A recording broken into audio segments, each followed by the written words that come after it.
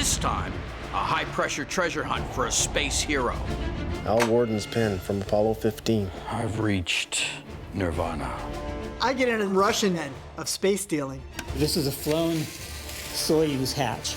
Wow! And I see a supermassive black hole in my bank account. How much do you want for it? 20,000. Come on, you gotta do better than that. Hell, I'll give you $9,000-10,000. Which do you want? Score! Yes! All right! Nostrovia. Nostrovia.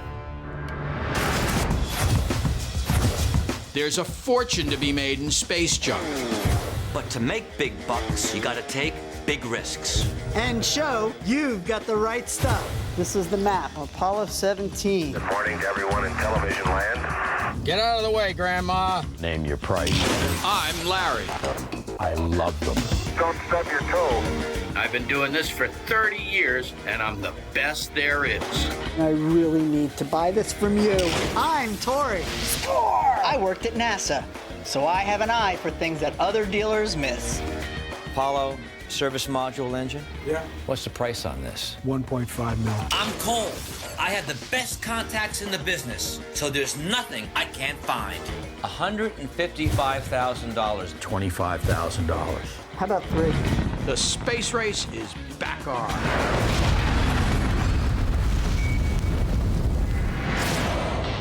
I've traveled from Florida to California to make a delivery. I can't wait to see my buddy Ken. He's got this great little museum out here in California. -3 minutes and counting. In the Golden State is NASA's Jet Propulsion Lab and the Air Force Space Command's Vandenberg Base. When their parts get obsolete, they sell them to dealers like Ken. So the pickings are rich. Hey, Tori. Ken, how are you? How have you been? I'm doing well.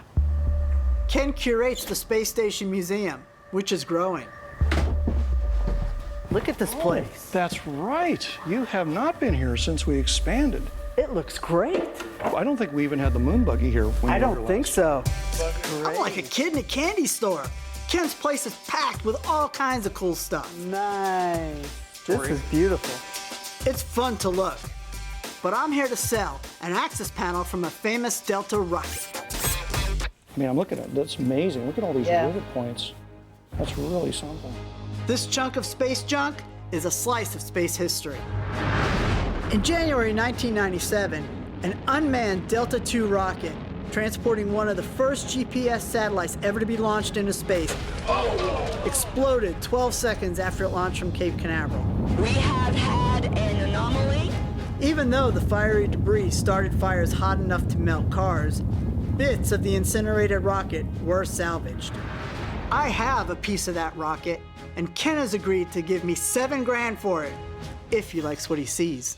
You can see where it just was sheared off. Right. And over here, too.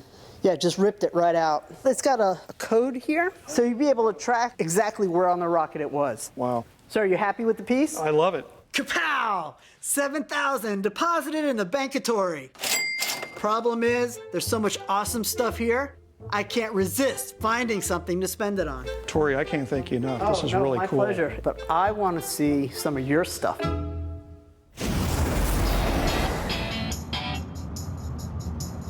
I'm in Los Angeles to visit Dino, the West Coast's best supplier of super desirable, super rare Apollo pieces.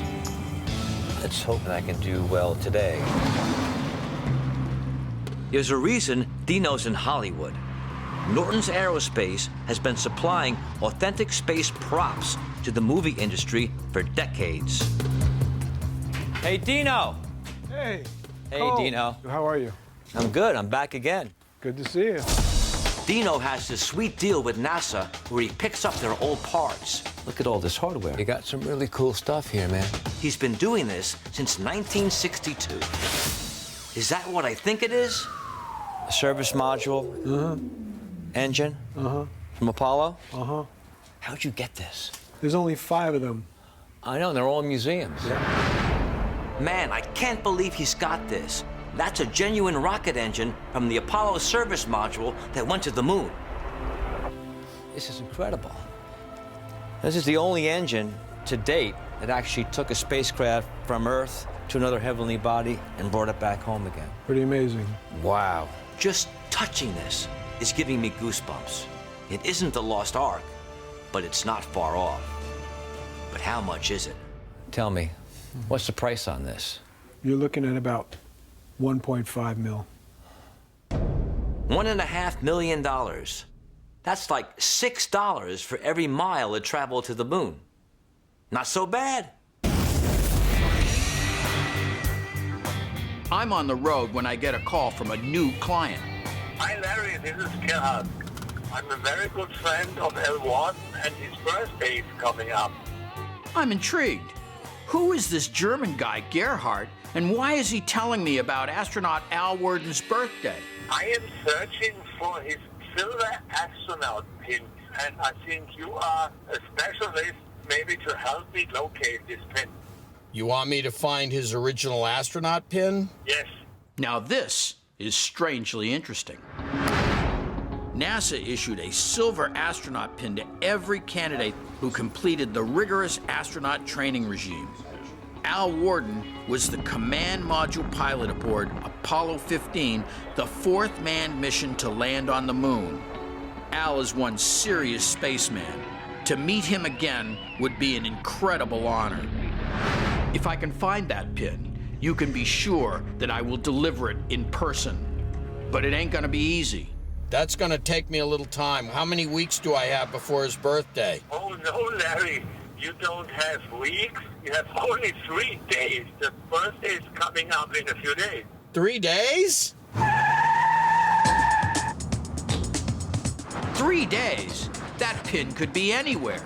But Gerhard came to the right guy. If anybody can find that astronaut pin, it is Space Detective Larry Bloodhound McGlynn. Hello. Hey, Cy, how you doing? It's Larry McGlynn. 5 calls. That's all it took me. 5 calls to find a pin that once upon a time belonged to the legendary astronaut Al Warden. And not only that, the guy who has it, I happen to know. As a matter of fact, it would be really good if I could come over and join you and maybe see if we can make a couple of deals. Okay. Look forward to seeing you. All right, take care, Cy. Thanks. That pin is mine. I sold a piece to the Space Station Museum, but I still need more to make this trip pay. Wow, so this is Russian. It is Russian, exactly. And it's amazing to think about these panels would have been used on the Mir space station. This I've got to have. Russia's Mir space station is legendary. Orbiting 250 miles above the Earth, it was only supposed to be up there for 5 years, and it managed 15. Mir still holds a record for the longest manned spaceflight in history. Valery Polyakov's amazing 437-day stay. Maybe these panels were up there with him. Would you be willing to sell it? Dollars or rubles? I only deal in dollars, sorry. No, Tori, we just had a big event with the Russian consulate. Oh, wow. They want to do other exhibits with us. So for now, I would have to say no, we're not willing to part with it. Niet. Darn it. I'm in Dino's storage room. With a heavy heart, I passed on a $1.5 million Apollo rocket engine. Then I turn the corner, and what do I see? You've been holding out on me, man. Pretty cool, huh? Just came in. An Apollo RCS thruster. On the Apollo service module, the Reaction Control System, or RCS, used thruster packs, arranged in 4s to push the spacecraft in any direction it needed to go. These things are like gold dust. I've never seen one before. There were 4 of these all the way around service module. So these thrusters would fire when they had to change attitude on the way to the moon. It also was used to dock with the lunar module. I have to have it. You sell it to me? Sure. Now here's the question. How much do you want for it? 20,000. 20,000. Dino, 20,000 is retail. You know I'm a dealer.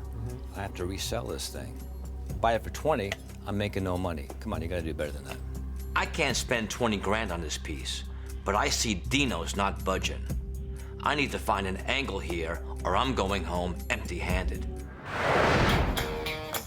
Ken won't sell anything Russian. Maybe he'll buy something Russian, and then I can make some money. So you're trying to build up your Russian section? Yeah. And obviously, with the fact that it's a half world away, it can be a little hard to find the right pieces at the right time. Sure, sure. So if we could find some real marquee, cool items at a really good price, I'll be happy to pay you a finder's fee for the items you find. I appreciate that. And I know you're a very good negotiator. You're putting me under the gun there. Yeah. Okay. I don't have what Ken wants. And Russian items aren't the easiest thing to find in the U.S. Do your best. I will do my best. Tori, you know, since we're a museum, if you can get the provenance for the items, that's really going to be important. Right. Finding Russian items with a documented history is really tough. The Soviets just didn't keep great records, but I could sure use that finder's fee. I'll be happy to see what I can find for you. You're going to learn Russian? I won't promise that. Okay. Something's going on with Dino. I showed love for his Apollo thruster, but he's asking way too much. So I say, what's going on? And he hits me with Mission Impossible. You know, I'm right here in Hollywood. Mm-hmm. And I have a director that came in a while back, and he's filming a documentary about Apollo 13. And he's asking for the genuine parts. Well, one of them is a lithium hydroxide canister. Oh, yeah. You know what that is? Oh, yeah. Well, I can't find it. Maybe if you can get it, we can make some kind of deal. So maybe if we cut that item in half, we give you a little bit of incentive to go after this item, which I need. He's in a bit of a hurry, so we really got to get this done quickly. All right, I'm on it. Hey, it's gonna save me 10 large. What the heck? I'm trying to source an Apollo canister. I will give you a great price on this. You know, I'm just not interested in money. I know you have it. Larry, if you'd got me 6 weeks ago, You didn't sell.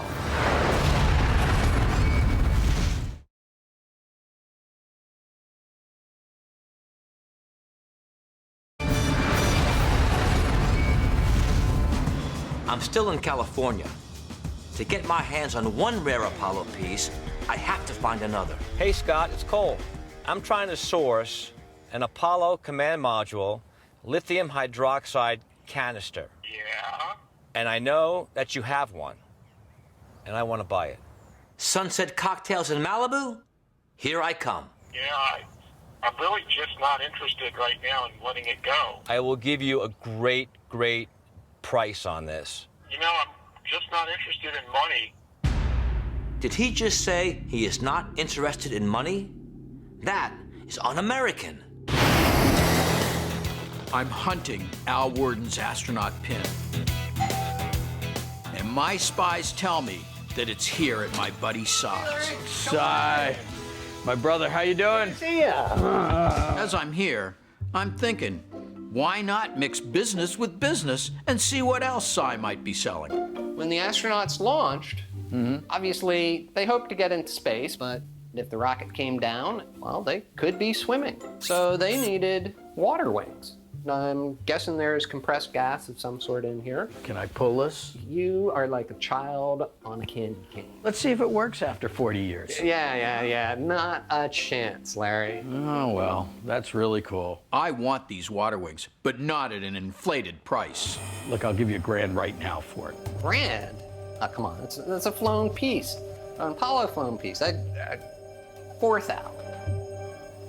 Oh, man, are you kidding? I'll give you a couple of grand. You know, 3,000 is a reasonable price, and even you would look good with these. I mean, you could wear them as falsies, or you can put them under here. And look at that. You know, I think we're going to have to extend the belt a little bit I don't here. think so. But, I don't think so at all. I think it fits. It's a little loose. Si's got a cute sales pitch, but cute don't float my boat. I'll give you $2,500. Come on. Yeah, okay. All right, good, excellent. I love these things. So, to get this rocket booster from Dino, I need my buddy Scott to part with a rare lithium hydroxide canister. But he doesn't want money.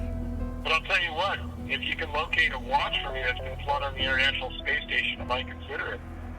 That might be enough to get me to let it go. I need to find an ISS watch to swap for the canister to part exchange for the Apollo rocket booster. I hope you're following this. You know what, Scott? I'm gonna find you a watch. I'm gonna find you a watch, and then we'll make the deal. How's that sound? All right, good luck to you, Cole. And I'll be back to you when I got the watch in hand. All right. Okay, man, stay safe. Talk to you later. All right, thanks, Scott. So when I find some dude with a watch, what are they gonna want? I'm hunting Russian items. After a few calls, I find out this guy Mike is the guy to see. Apparently, he's been collecting Russian space memorabilia for years. Hi, how are you? Fine, how are you? I'm doing well. This place is a hidden treasure trove. Lots of items I never knew existed, and most of it Russian. So Ken is interested in hardware more than anything else. Do you have anything that maybe I could look at? I have some down in the garage. Cool, he's got some good stuff up here. I can't wait to see what treasure he might have in his garage. You want to come with me? I already have my water wings. But before I can ask about Al Worden's astronaut pin, Cy says he's got something else to show me. So what do we got here? Figure a connoisseur of the practical joke like yourself might enjoy something of this sort. Cigarettes? Yeah. Cigarettes? In space? That's gotta be a health hazard. What's the scoop with these? The Mercury 7 astronauts were known for pulling gags on each other. One of the astronauts that was known for being the prime gagsters was Wally Schirra. Yeah, nope, he was. When he flew on his flight Sigma 7 in late 1962, one of the other Mercury 7 astronauts, Gordo Cooper, smuggled these cigarettes and an airplane-sized bottle of scotch aboard the flight. Wally was a gotcha type guy, and this is a great gotcha on Wally. After he landed in the ocean and was safely aboard the aircraft carrier, he basically chugged the bottle of scotch then and then did his post-flight urine medical test. Yeah, oh yeah, good. That must have been exciting. The doctors were like, how the heck did he do that? So what about the provenance on this? I've got actually 2 letters of authenticity. He's got the paperwork for probably the only cigarettes that have left the planet. I've got to have them. I'd like to buy it. Look, I'll give you $7,500 right now in cash. How about 12.5? Nah, that's too expensive. I'll give you, hell, I'll give you $9,000-10,000. Which do you want? You know. 10K. All right, sounds good. I'm getting some really good stuff here, but I still haven't got Al Worden's astronaut pin. I'm in the middle of a 3-way deal. The guy with the Apollo canister will only trade it for an ISS watch that's flown in space. So I need to track one down before I can get a great deal on an Apollo thruster. Flown ISS watch. Hey, I'll pay top dollar. The number you have reached is Send, will you? Get back to me as soon as you can. no longer. What? Just send. You don't know anybody who has one either? This thing's rarer than I thought. I'm in Mike's garage checking out his Russian hardware. This is a flown Soyuz hatch. Wow. So this would be a hatch in between the 2 modules. Oh my gosh. The crew module, where they sit in for launch and landing. Right. And an orbital module, which is like the galley and some other things in that. During re-entry, they drop the orbital module off, so this is the hatch that they actually exit when they land. And this is what they use to open the hatch to get them out, right? Correct, yes. Wow. I really love this item. American space capsules splash down on water, but Russia's Soyuz capsules land on the plains of Central Asia instead. Once through the fiery heat of re-entry, a Soyuz plummets at 755 feet per second until parachutes slow the descent to 24 feet per second. Still a high speed. So to avoid tragedy and soften the landing, 2 sets of 3 small engines on the bottom of the vehicle fire 1 second before touchdown. Mike says this hatch is flown, but I'll need proof. This is great, but I gotta be straight with you. I have an Apollo astronaut's birthday party to get to. It's time to fess up the reason I'm here. A friend of Al Warden's is looking to see if he can score his astronaut pin, the silver one that he had, as a gift to give back to him, and he sent me on this mission, and I know you have it. Larry, if you'd got me 6 weeks ago... You didn't sell it. Yeah, I sold it. Oh, man. Close, but no cigar. Just a pack of stale space smokes. But I'm not giving up. Who was the guy? Have you got his name? I think his name was Matt. A lot of Matts around. Got a last name? Got an address? Anything? I'll tell you what, let me go see if I've got it written down somewhere. Oh, please. Can't believe I missed it by 6 weeks. Yeah, I do have it. His name is Matt. So, would you like his contact info? Yeah, I would. As a matter of fact, that's perfect. Look, I gotta go. Can you box this stuff up and ship it to me? It's mission critical that I get face-to-face with this Matt, PDQ. Countdown to Al Warden's birthday has begun. Mike's already shown me a Soyuz space capsule hatch, but I want more. Whoa, what is that? This is a docking target that's used when the spacecraft would dock with the space station. And this is actually very similar to what Apollo used when they would dock the lunar module and command module together. So you simply align things with this. This is an incredible piece. It's kind of like an eyesight. In 1971, Soyuz 10 became the first craft in the history of spaceflight to dock with a space station. Soyuz docking has automated since, but in December 2015, Commander Yuri Melenchenko's autopilot failed, so he had to rely on a site, like Mike's, to manually dock with the ISS. Verifying the alignment of the crosshairs. TMA-19M spacecraft docked to the Rossviet module. Very cool pieces to run by Ken at the museum. Now, I just need to see if he's interested in them. I love these. I think Ken's gonna love these. Are you okay with me taking pictures? By all means. Okay, great, thank you.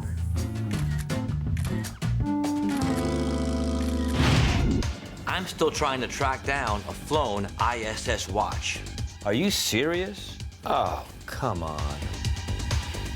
I'm really sorry, but I can't find one.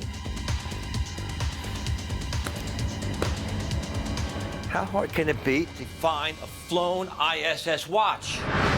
More than 220 people have flown on the International Space Station, and every one of them was issued a watch guaranteed to work in the vacuum of space. So there's got to be at least one out there for sale. But can I find it? I'm going stir crazy here. Dave. Hey, Dave. Well, I got your email. Are you still looking for that watch? Oh, yeah, you better believe I am. Why, you have one? I think I've got a lead for you. There's this guy named Lonnie in Las Vegas. Last time I checked, he's got a flown ISS watch. No way. What happens in Vegas stays in Vegas. But I'm gambling on a flown space station watch leaving Sin City within 24 hours. Send me his contact information. I'm going to call him right away. All right, I'll send it over. Yes! All right! Hey, Lonnie, is that a real Apollo command module? Absolutely. And what would be the price? $250,000.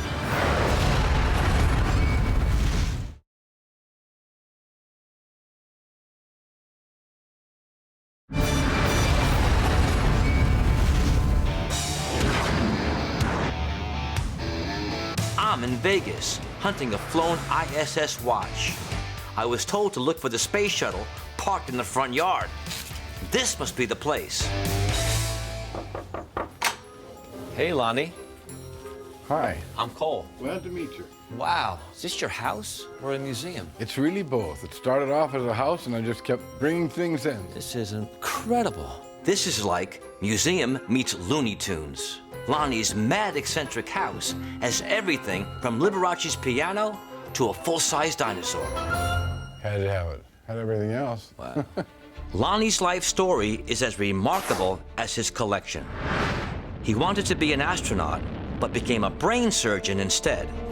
A decorated flight surgeon in Nam, he also served the Apollo program as a flight surgeon.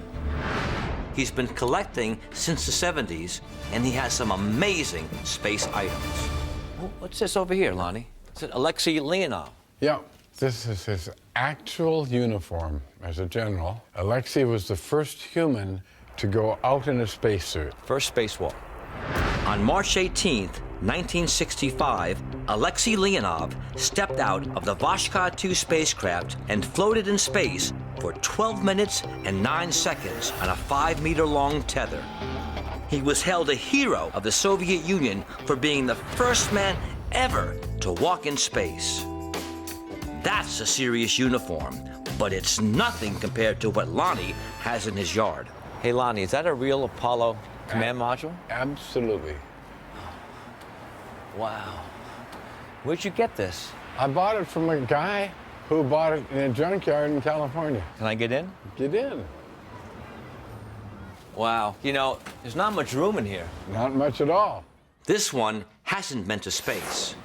NASA made 60 for astronaut training. Lonnie. Yeah. I love it. Good. Tell me, is it for sale? Absolutely. And what would be the price? $250,000. An Apollo command module? Of course I want it. I'm sure it's worth it, but I don't have that kind of money today. Huh. But I may be back for this. So do you ever, like, come in here and just hang out? Oh, sure. Maybe read a book? That's what I would do. I can't spend $250,000 here, but hopefully this dude's got the watch I need for a price I can afford. Has he replied yet? No, he's taking his own sweet time. I'm at Mike's, waiting to hear if Ken is interested in his Russian space items. Oh, wait, it just came in. I love the hatch and the docking target. Do they have provenance? Can you tell me, do these have any documentation? None at all. So this is definitely a Soyuz hatch. Whether it flew or not, that's the question. What mission it was on is something I would love to find out. Darn it! Ken at the museum is not going to want these unless I can bring him proof they've been flown. But all is not lost. I'll tell you what, would you mind if I borrow these? I have a friend, I think he can help me locate the mission and the information on them. By all means. Awesome.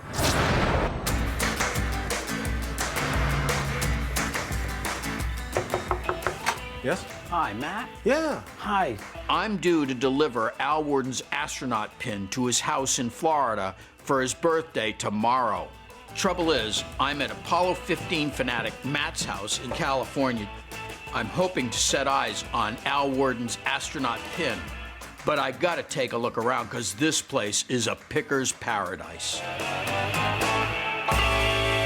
I love these. This is Apollo 15 pendant. These are great. Of course, Emilio Pucci did the design for this with the crew. Apollo 15's crew picked fashion designer Emilio Pucci's from 540 mission logo designs because he was a former bomber pilot whose work had a good feel for flight. The astronauts added the lunar background, and it sure does look the part. I got this at auction several years ago, and 6 of those flew in the command module. I'm pleased to have serial number 1. Wow.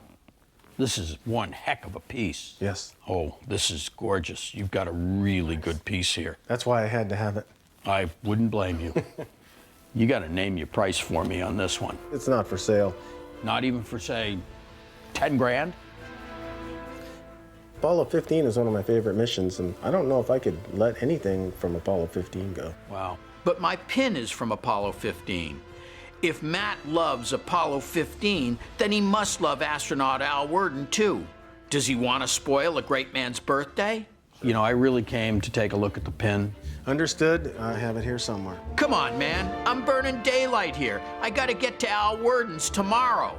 This is it. This is the pin. Oh. Yeah. Al Worden's pin from Apollo 15. I've reached nirvana. Wow. I mean, you've got a really lovely piece here. Thanks. The reason I bought it was because I'm a huge fan of Al. And I just love the way it looks. It's just a beautiful piece. Does this have any provenance? Do you have it somewhere? I do. Oh, okay. This just got real. My heart is pounding. There it is right here, buddy. He's got all the paperwork needed to trace this pin back to Al Warden. That seals the deal from me. This is gorgeous. This is the real deal. I gotta buy this from you. You gotta buy that? No, it's not for sale. I just bought this like weeks ago. Yeah, but I got a client who wants to give this to Al as a surprise birthday present. I'm on this mission to reunite Al with this pin. You're gonna have to make me a huge offer. Not a single flicker of sentimentality for what I'm trying to achieve. I like this guy. Look, I'll give you $4,000 for it. I'm sorry, that's $5,000. $5,000? Yeah. $6,000. $6,000? $6,000. You're getting close. $8,000. That's my final offer. It's a deal. Oh, what a result. I would have gone to 10, but there's no time to celebrate. I gotta get to Florida and deliver it to the big guy. When you need to verify if Russian items have been flown, and you're in California, there's only one man to see, and that's Dave. Hey, Tori, how you doing? Good, Nice David, to see you. how are you? He's got the best Russian contacts in the business. I have these items, but I have no documentation on them. I know nothing about them other than what you see here. I see you got like a docking target. Yeah, this is a very cool item. There's a number on there. I guess that sort of looks like it might be Russian. There's quite a bit of wear on it. Who knows what the Russian state did with it, and they didn't keep good records on serial numbers and everything. It looks like it might be Russian? What the heck? Ah, the watch. I'm back on mission. Lonnie's found the flown ISS watch I need to swap for the Apollo canister. There it is. That's it. Okay, this watch flew on the ISS, right? With Sergei Treshov. Is your Providence? Yeah. So this documentation verifies the watch is flown. Sweet. I gotta make this deal and skedaddle. This appears to be the real deal. Yep. How much do you want for it? $2,500. Why so much? It's got the documentation, signatures of the people. It's legitimate. It's the whole thing. Would you take $1,750 for it? No. $1,800. No. I am not taking less than $2,500 for that. I'm paying too much for it, but I need it. So you got a deal. That's a retail price for a flown space station watch, but I can finally make the swap for the lithium hydroxide canister Dino needs. Who's calling me now? Dino. Dino, what's up? Oh, Dino, slow down, man. Yeah. Don't worry. The deal will happen, Dino. It's gonna happen. Just take it easy. Just tell him one more day. We'll make it work. All right, man. Thank you. Bye-bye. So Dino's director is running out of patience, and I'm running out of time.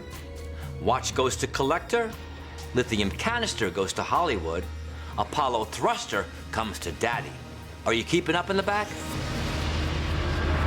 Why don't we talk about this other thing that looks like a hatch down here? I'm still at David's, waiting to find out if my Russian items are flown. Yeah, this is a very simple, well-engineered hatch. Smooth. The mechanism works pretty smooth to pull it back and release it. It's definitely got Russian writing on it in several places. And it certainly matches the appearance of a hatch on a Soyuz capsule. And it looks like it's charred. Yeah, it does look like it's charred on the outside. It's supposed to be flown? Well, I think these are probably flown, but it's best to get a second opinion. So let me call a Russian friend of mine and see if he's got any additional information that will help us out on that. Oh man, no history, no sale, no finder's fee, and a waste of 3 days. Oh my gosh, my old silver pin. Where did you find that?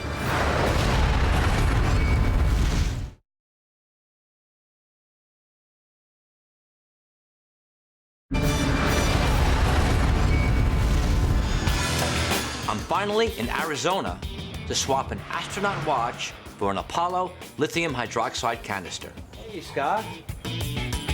Welcome to the man cave. Oh, man. So I walk in, and all the miles I've racked up on this escapade melt away. Scott's collection has gotten serious. I don't believe this place. Engines, Apollo lunar boot? Yep, it's an A7LB. That's the boot that flew to the moon on Apollo 15 through 17. It's unbelievable. Don't tell me you have an Apollo parachute. Yep, a big 82.5-foot diameter parachute. Lunar module instrument panels? Right. Like that. What's this? That is an Apollo 11 goodwill disc. It's a silicon wafer that contains messages of goodwill, shrunk down microscopically. I can see them. I can't believe there are all those messages on this tiny little disc. Weeks before the first moon landing, 73 world leaders sent NASA messages of goodwill to leave on the surface. They are in the process of being prepared in microcircuitry. Their words, built from letters just a quarter width of a human hair, were etched onto a tiny silicon disc that was placed in a bag and left on the moon with a silver olive branch. Sure makes you wonder who NASA thought might read the messages. But anyhow, this copy is just a great, great thing. What's it worth? Well, assuming I was to sell it, I would say fair market value would probably be about $7,500, but... Well, how about I give you $7,000 cash today? Yeah, I have it in my pocket. Cole, it's just not going to happen today. I'm sorry. I value that too much for its historical significance to let it go. What is it with people not selling me stuff right now? This dude better have what I need, or this trip is going to be one big fat waste of time. I'm nervous. David's on the phone talking to some Russian dude to see if my items have actually flown in space. If they haven't, then the museum won't want them, and I'll have traveled all this way for nothing. Hey, I got some great news. Yeah? This one here is from Mir, which was up from 86 through about 2001. He's about 95% confident that he flew. Outstanding. This one's a little more difficult. He's estimating 75% on that based on how it looks. Yeah, I think that's going to be good enough for Ken. Okay. Thank you so much for all your help with these. I think Ken is going to be happy with the history of these items now, but I won't know for sure until I speak to him.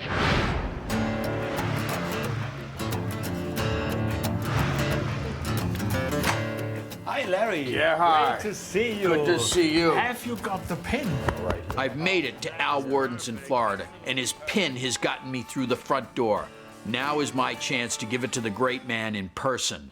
There you are. It took me a lot to get it. I can imagine he's gonna love it to see this pin after 45 years. He doesn't know how much it's gonna cost him yet. Hi, guys. Good to see you. Good to see you. You're looking good. Nice to see you. Oh, my gosh, my old silver pin. Where did you find that? This guy sent me out on a mission to get you the birthday present that you would enjoy. Well, he sure as heck picked the right guy. Aw, shucks. This is amazing. I'm in the presence of one of the few men to fly round the moon. In 1971, Apollo 15 became NASA's first long-stay lunar mission. While his buddies spent almost 67 hours on the surface, Al orbited the moon.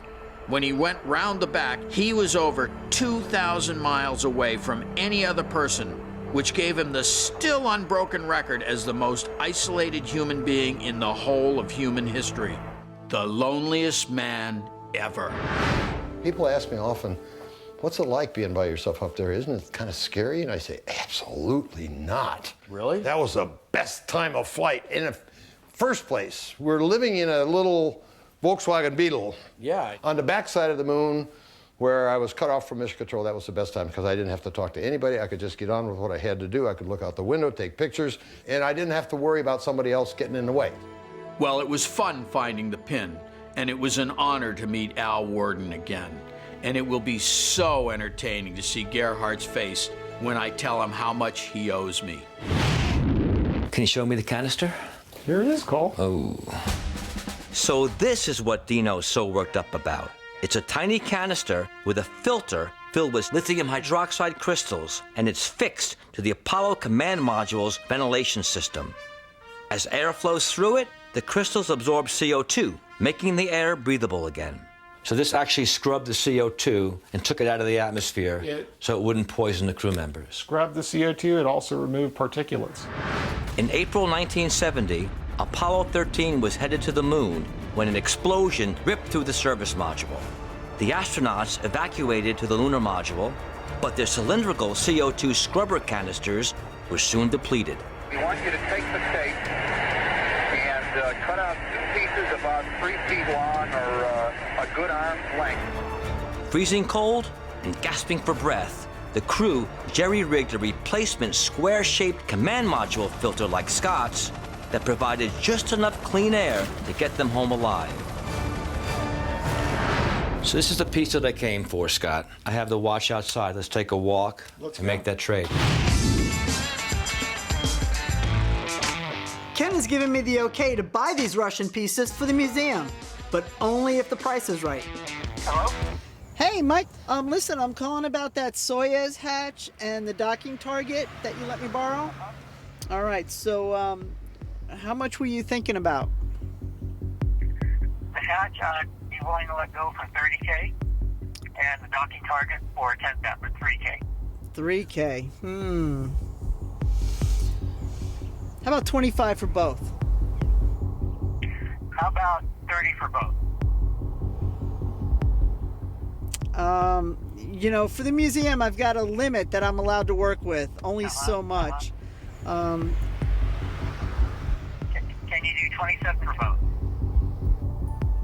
All right, that's the very top of my limit, so yeah. Okay, sure thing. Great, thank you, Mike. Talk to you soon.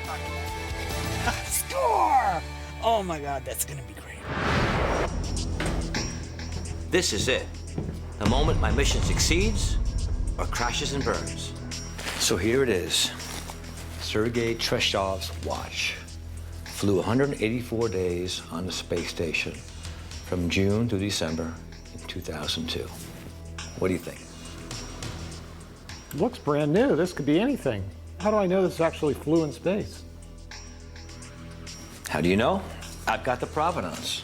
A handwritten letter from him describing that watch. And he used that watch to time experiments. It's not just a regular off-the-shelf watch. It's been in space, man. Jeez, this guy is hard to please. Give me my canister already. What do you think? This is really spectacular. This is exactly what I've been looking for. You are now the proud owner of a lithium hydroxide canister. Congratulations. You don't know how hard it's been for me to get my hands on this. It's been a rough road, but I appreciate it. At last, it feels like I've been to the moon and back to get a hold of this thing, but it was all worth it. Dino, get that half-price rocket thruster ready, because I'm collecting on it big time. I was hoping I might pick something up from Al Warden, but astronauts are tough cookies. You know what, Larry? I think I do have something that you might be interested in. I actually love Al Warden. It's a tether. A flown tether? If you would be interested in a tether, we'll talk about it. Am I interested in a flown Apollo 15 tether? Damn right I am. Whenever an astronaut goes out on a spacewalk, he has to be fixed to the module by a tether to prevent him drifting away in the vastness of space. Today's astronauts have 85-foot-long braided steel cables on a retractable reel. But in Al's day, they were a lot more belt and braces. Larry, this is what I use to move the film canisters from their storage out in the service module into the hatch. It's amazing. Yeah. I'll tell you what, I'll give you 20 grand for this right now. Larry, this has a lot of meaning to me. I just don't think 20 is enough. I'll say 40. And you know, you're probably not far off, but I'll tell you what, I can give you 30 right now. So let's say we got a deal. All right. 30. Good. Okay. You got yourself a deal. It made my trip worthwhile. What a result. This thing's been further away from the Earth than almost anything on this planet. And at $30,000, it still has profit in it. Hey, Tori. Wait till you see. Oh, I can't wait. I've spent almost 30 grand of Ken's hard-earned greenbacks, and he's about to get first look at the 2 Russian pieces I just bought him. Look at this beautiful thing. You like it, huh? Really cool piece. All the things on it work. Good weight, too. Yeah, not too bad. No, it's not too big, not too heavy. Perfect for an exhibit. Yes. But this thing, wow. Is that incredible? That is really cool. What, does it work? It does work. Oh, look at that. Is that not beautiful? Yeah. Here's the best part. Turn it. It's heavy. Oh my gosh. Tori, I can't thank you enough. Oh, my pleasure. Do you have a couple minutes? I do. I've got a little surprise for you inside. Do you? Oh, yeah. All right. From Russia, with love. Do you know how they celebrate in Russia to victory? How? With the favorite beverage of the Russian Federation, Vodka. which is a requirement on, I think, all Mir space station trips. Is it? Unofficially. Yeah, I gotcha. All right, here we go. Tori, to you and also to the new space exhibit at the Space Station Museum. I hope you come and see it. Oh, I will definitely be here opening day. All right, I'm going to count on it. Nostrovia. Nostrovia. Yeah, there we go. Cheers. Cheers.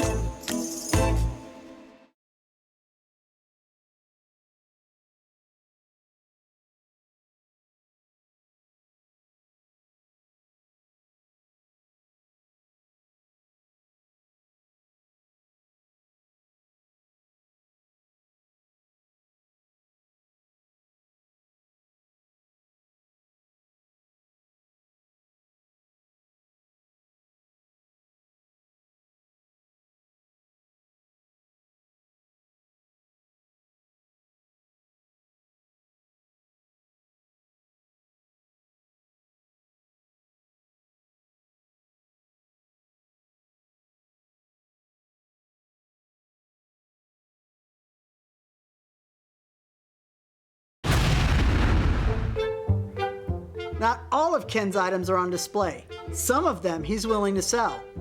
Or should I say, dump. We're not quite sure what to do with these things yet. They deal with the bottom end of space travel. Oh. All right, now do you know what this is? Well, it's tagged Skylab urine cup and does. Unused. Are you sure? Yeah, well, I'm not going to test it. Urine cup. Nice. You know, remember that anything in space floats. It's true. Urine could be a hazard for the astronauts. If you cannot contain human waste, you're not going to be up in space very Exactly. long. But we have even a more controversial item than this. More than this? Yes. Okay. All right, now this what is is an this? Apollo fecal bag. Yeah. Nice. By the way, to this day, this is still a backup bag on the International Space God. Station or on the shuttle when it flew. Fecal retainment system.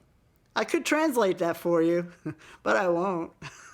What's interesting is if you pull out any of the old mission reports, the unfiltered ones, they had problems with floating things that were not pleasant. And everybody thinks, oh, I want to go to the moon.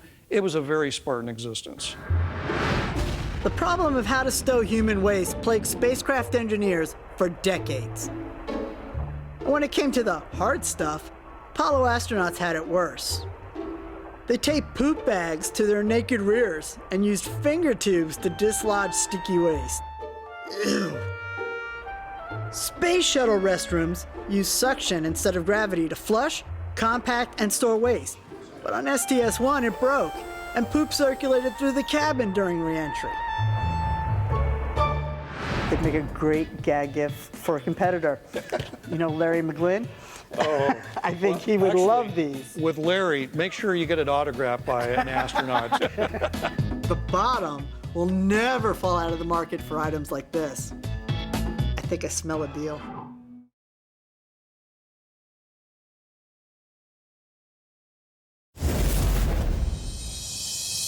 Ken's shown me a couple of items that are hilarious and would be perfect for Larry McGlynn. But will the deal smell as bad as the intended content of these devices? So let's talk about money then. Well, you know, it's always the same old saying. What are you willing to pay? How about 2,000? For both or one? For both. Hey, both. I'm a capitalist. 2,500? 2,500. Deal. Deal. Thank you. All right, you're welcome.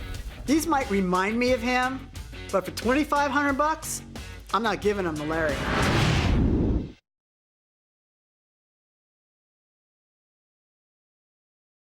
Is this a helium tank from the Apollo service module? Yep. This is incredible. The Apollo service module was the cylinder that orbited the moon with the command module on top of it while the lunar lander went down to the surface. It is one of the most iconic vehicles in the space race. And these pump fuel into its engine. Titanium. They had to pressurize these things to 5,000 pounds per square inch. And they made it out of steel. It'd have to be so thick, it'd be too heavy. I never knew that. I'd buy this from you, but this wouldn't fit in the overhead bin to take them home. I know this will cost another fortune. Expensive to buy and not easy to sell. I need something just as amazing, but smaller. And then I see it.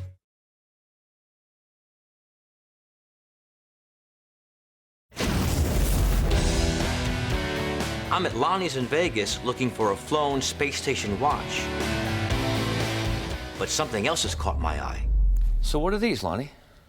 Well, they're sunglasses. These were White's when he flew on the shuttle. No way. Paul White's? Yes, Paul White. No, Paul White's was on Skylab, which was NASA's first orbiting space station. In space, eyes are vulnerable to sunlight and radiation. Early astronauts like Paul White's wore standard military-issue shades. But since the 90s, astronauts have worn sunglasses coated with a protective eagle eye oil discovered by 2 NASA scientists. Turns out, birds of prey have a special oil in their eyes that filters out harmful UV rays and permits only specific wavelengths of light to shine through. Who knew? NASA, apparently. Now, these are really nice, Lonnie. I want to buy them. What's your price? $1,500. $1,500. Do you have any provenance for these? No. That's a problem. No paperwork knocks a serious chunk off the price of anything. Without that documentation, I can only go as high as 1,000. Okay. We have a deal. Thank you. Good. Love these. Matt says he's not selling anything Apollo 15 related. Time to test that with Al Worden's astronaut pin.